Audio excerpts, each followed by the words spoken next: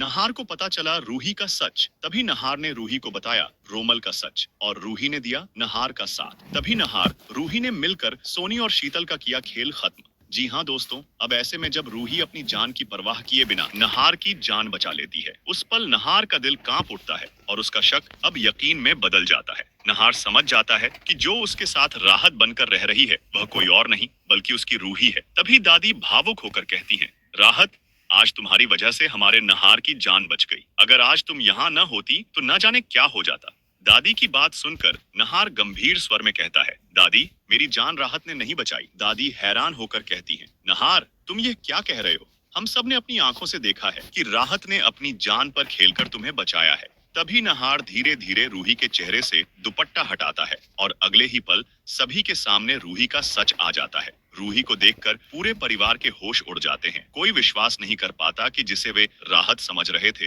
वह असल में रूही है। नहार की आंखें भर आती हैं और वह कहता है, रूही, तुम मुझे छोड़कर क्यों चली गई थी? मैंने तुम्हें हर जगह ढूंढा, हर दरवाजे पर तुम्हारा नाम लिया। रूही टूटे हुए दिल से जवाब देती है, नहार जी, आपने मुझे बहुत बड़ा धोखा दिया। आपने मुझे तलाक देकर यह साबित कर दिया कि आपके दिल में मेरी कोई जगह नहीं है। जब मुझे पता चला कि आप शीतल से शादी करने के लिए तैयार हो गए हैं, तो मैं अंदर से पूरी तरह टूट गई थी। उसी दिन मैंने फैसला कर लिया था कि अब आपकी जिंदगी से दूर चली जाऊंगी। रूही की बातें सुनकर नहार सभी के सामने सच्चाई बताने का फैसला करता है। वह कहता है, रूही, तुम्हें बहुत बड़ी गलतफहमी हो गई थी। शीतल से शादी करना मेरी मजबूरी थी। शीतल और उसका बच्चा मेरा नहीं बल्कि कोमल जीजू यानी रोमल का है। मैंने यह सब नाटक सिर्फ अवनी का घर बचाने के लिए किया, ताकि रोमल का काला सच सामने न आए। और तलाक, रूही, मैंने कभी तुम्हें तलाक दिया ही नहीं। मैं ऐसा सोच भी नहीं सकता। नहार की सच्चाई सुनकर रूही की आंखों से आंसू बहने लगते हैं। उसकी सारी गलतफहमियां दूर हो जाती हैं और वह नहार के गले लग जाती है।